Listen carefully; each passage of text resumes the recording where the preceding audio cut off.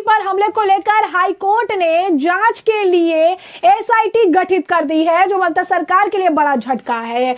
यही नहीं, इस एसआईटी को लेकर कोर्ट ने साफ किया इसमें सीबीआई के अफसर होंगे और ये एसआईटी अपनी रिपोर्ट बंगाल की ममता सरकार को नहीं सौंपेगी, बल्कि कोर्ट की निगरानी में ये पूरा प्रोसेस जो है उसे फॉलो किया जाएगा। तो ऐसे में हम आपको बता दें कि कलकत्ता हाई कोर्ट ने संदेशखाली में ईडी अधिकारियों पर हमले के मामले में विशेष जांच दल या एसआईटी के गठन का आदेश दिया है। इस एसआईटी का नेतृत्व सीबीआई और राज्य पुलिस से एसपी रैंक का एक अधिकारी करेंगे। हालांकि उस विशेष जांच दल में नजद थाने का कोई पुलिस अधिकारी या कर्मचारी नहीं रहेगा। कलकत्ता हाई कोर्ट के जस्टिस जय सेन गुप्ता ने आज यह आदेश दिया है। उन्होंने कहा कि अदालत पूरी जांच की निगरानी करेगी।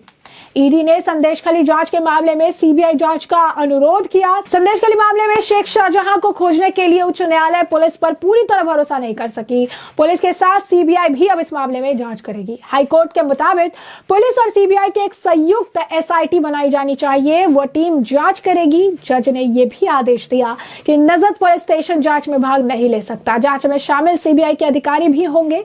संदेशखाली कांड से नजद पुलिस स्टेशन में कुछ 3 एफआईआर दर्ज की गई थी। ईडी की ओर से एफआईआर दर्ज की गई है। पुलिस ने स्वतः संज्ञान लेते हुए मामला दर्ज किया था। तीसरी एफआईआर तृणमूल नेता शाहजहां शेख के संदेशखाली स्थित घर के केयरटेकर ने दर्ज कराई। पहली 2 एफआईआर की जांच एसआईटी जो है करेगी। और ऐसे में हम आपको बता दें कि हाईकोर्ट ने निर्देश दिया कि टीम में सीबीआई और राज्य पुलिस के एसपी रैंक के अधिकारी शामिल होंगे।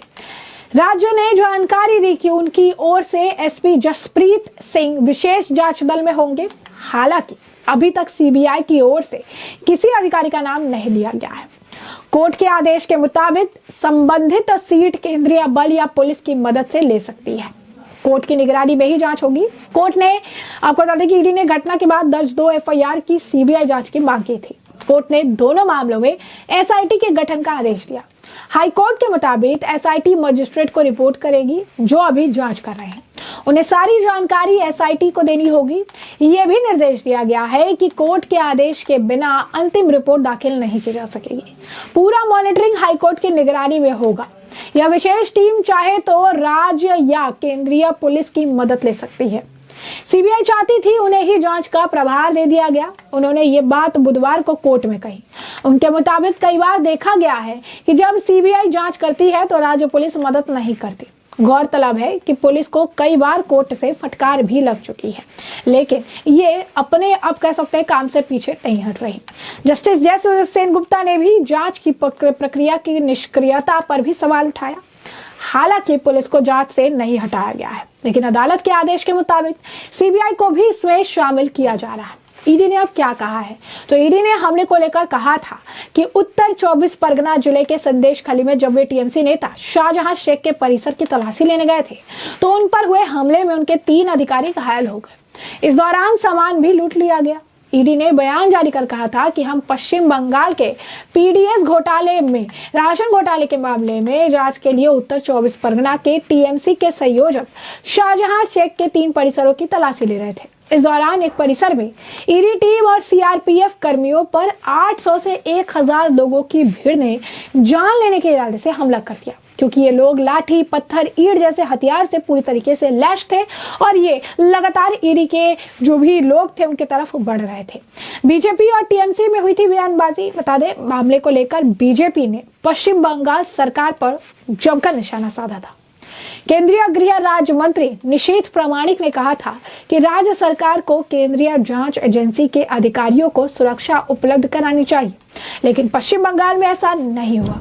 वहीं इसको लेकर टीएमसी नेता शशि पंजा ने पलटवार करते हुए कहा था कि निशीथ प्रामाणिक बातें कर रहे हैं, लेकिन पश्चिम बंगाल का बकाया केंद्र सरकार ने नहीं दिया है। यही नहीं, इस मामले को लेकर तो अधीर रंजन चौधरी ने भी बयान दिया था। अधीर रंजन चौधरी का भी ये मानना था कि इस मामले में जो भी आरोपी है उन आरोपियों पर बड़ी कार्रवाई होनी चाहिए और उन्हें जेल की सलाखों के पीछे डाल देना चाहिए। ये जो घोटाला है ये छोटा घोटाला नहीं है, काफी बड़ा घोटाला है और इसमें अगर आपको बता दें कि 2000 करोड़ का घोटाला ये बताया जा रहा है, लेकिन अमाउंट अभी जो है लगातार अगर आप कहेंगे कि इस पर जो लीड है वो निकालने का प्रयास ईडी और सीबीआई की टीम जो है कर रही है। अब जिस तरीके से उनके ऊपर हमला किया गया, जिस तरीके से उनके ऊपर अगर आप कहेंगे कि ये प्रेशर सारी चीजें जो है लेकर बनाई गई, इसके बाद जो है ये एक्शन जो है कोर्ट द्वारा लिया गया, क्योंकि कोर्ट जो है ईडी गई थी और कोर्ट ने इस मामले की सुनवाई के लिए अगला डेट भी सुना दिया है।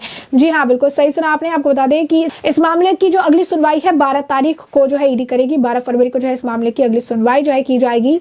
और ऐसे में उन्होंने सख्त जो है आदेश ये भी दिया है कि बंगाल पुलिस को केस डायरी सौंपनी होगी, जो एसआईटी है उसको, और पुलिस जो है एसआईटी को जो है पुलिस भी एसआईटी को देने होंगे, और एसआईटी जो जांच करेगी इसका रिपोर्ट वो ममता सरकार को नहीं सौंपेगी, बल्कि कोर्ट इसकी पूरी निगरानी रखेगा। 22 फरवरी को इस मामले की सुनवाई होगी। एसआईटी का नेतृत्व 2 अफसर साथ मिलकर करेंगे, एक राज्य और एक सीबीआई के अफसर जो है करेंगे। एक दिन पहले पुलिस को फटकार भी कोर्ट द्वारा लगाई गई थी। आपको बता दें, संदेशखाली मामले पर सुनवाई करते हुए पश्चिम बंगाल पुलिस को जमकर फटकार लगाई थी और कोर्ट ने कहा कि हाल ही में इस मामले में पुलिस की ओर से दर्ज की गई एफआईआर में कई सारी गड़बड़ियां हैं और कई बिंदुओं पर स्पष्टता का पूरा अभाव है। यही नहीं, कोर्ट ने पुलिस को निर्देश दिया था कि वह इस संबंध में अदालत में एक शपथ पत्र पेश करे। इसके साथ ही कोर्ट ने बोनागांव में ईडी अफसरों पर हुए हमले को लेकर दर्ज एफआईआर में गड़बड़ी की बात कही थी। बता दें कि इस दौरान जो ईडी है उनका ये कहना था कि हमारे ऊपर हमला हुआ, हमारे 3 अफसर घायल हो गए, किसी का सिर फोड़ दिया गया, किसी को पूरी तरीके से घायल कर दिया, जान लेने की जो है मंशा से ये पूरा अटैक किया गया, लेकिन हमारे ही अफसरों पर इन्होंने मामले दर्ज करा दिए। वही दूसरी तरफ जो लोग थे, वही दूसरी तरफ जो भीड़ थी जिन्होंने हम पर हमला किया, जो लोग जो इस भीड़ का हिस्सा थे, जो हमला कर रहे थे, उनके ऊपर बहुत ही कम और लाइट धाराएं लगाई गई और इन लाइट धाराओं को लगाते हुए उनके ऊपर बहुत हल्के एफआईआर किए गए, जो कि राज्य सरकार के इस पूरे मामले में संलिप्तता को लेकर सवाल भी खड़े करती है, जो कि ईडी के द्वारा लगातार कहे भी जा रहे थे।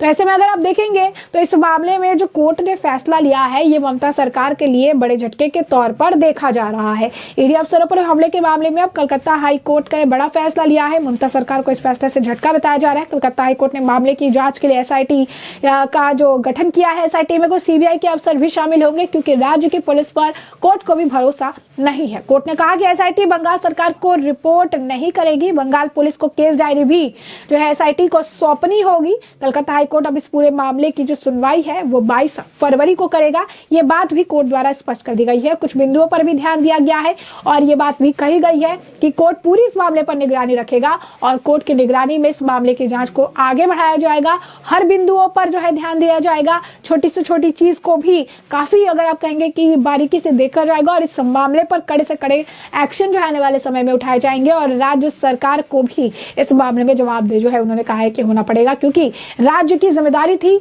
सिक्योरिटी प्रोवाइड करनी, बट उल्टी जो है अगर आप कहेंगे कि जो यहाँ पर गए हुए थे लोग उनके ऊपर ही इस तरीके से उन्होंने कार्रवाइयां की है। तो कोर्ट पहले भी बंगाल की पुलिस को फटकार लगा चुकी है और अब बंगाल सरकार की मुश्किलें भी कलकत्ता हाई कोर्ट ने बढ़ा दी है। तो ऐसे मामले आपको जो पूरा मामला है विस्तार से बताया, इस मामले पर आपकी भी जो राय हो हमें कॉमेंट सेक्शन में कॉमेंट करके जरूर साझा करिएगा। धन्यवाद।